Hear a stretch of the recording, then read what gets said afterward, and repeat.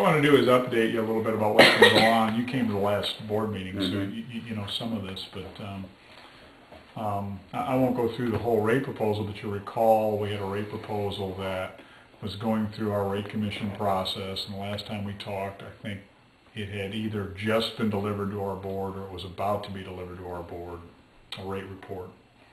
The rate commission saw our rate proposal our way in great deal of respects, and of course what you're interested in is the stormwater side of it, so I'll just stick to that.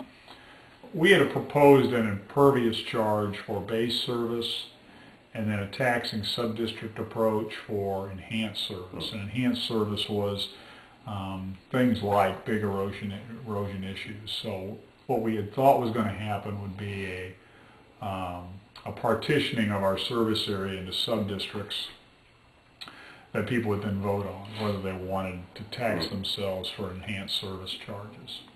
The rate commission returned to us a different proposal. They said impervious charges for base are appropriate, but there really isn't any difference. Water is water, stormwater is stormwater, and you really ought to collect the enhanced service costs through an impervious charge as well. And I think part of what drove them to that place was about 13% of the impervious area in St. Louis City and County are tax exempts. Is that the runoff, the water runoff from parking lots, a big... Right, anything paving, building or paving, you know, it causes runoff, and that's the basis of the logic of the charge. And so, with 13% of the impervious area being tax exempts, a tax exempt approach in the minds of the rate commission wasn't the best idea. So, you know, government, churches, hospitals, all those would have not paid for enhanced service. And so, what they returned to us was a rate report that said, charge it all based on impervious, which is probably good and bad in that there's no longer a vote. We were charged with go ahead and assess. Yeah, that's an interesting point. Several, I talked to several people, and they're all amazed. You could just start collecting more money. Just without a vote. It's problematic for us because we were really relying on that referendum approach to get to what people really were interested in getting things done. And so we are going to still end up having to do work with the community trying to figure out what everybody's desires are in terms of a service level, but we don't have the hoop of an election and the possible loss of an election to confront.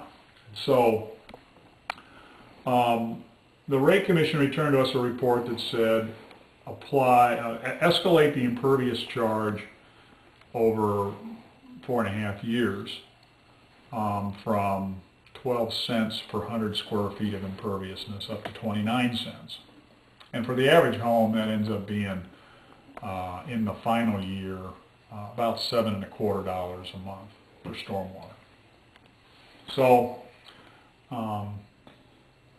there was a lot of concern voiced to us and our board about the implementation period. Should it 4.5 years, is that reasonable, or should it be stretched in some way?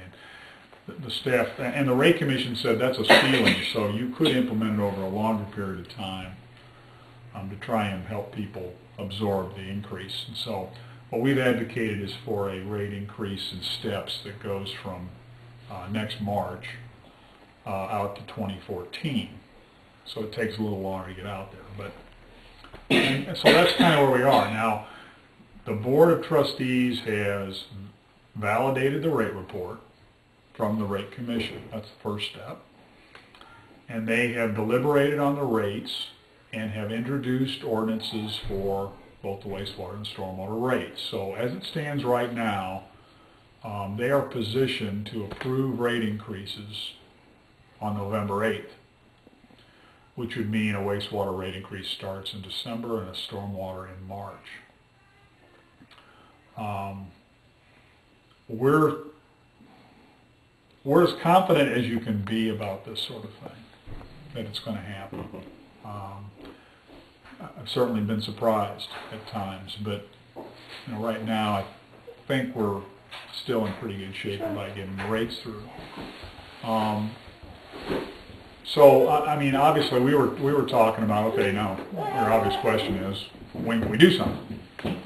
And I'm gonna kinda let Brian kinda talk about sort of where we think this thing goes from an engineering perspective.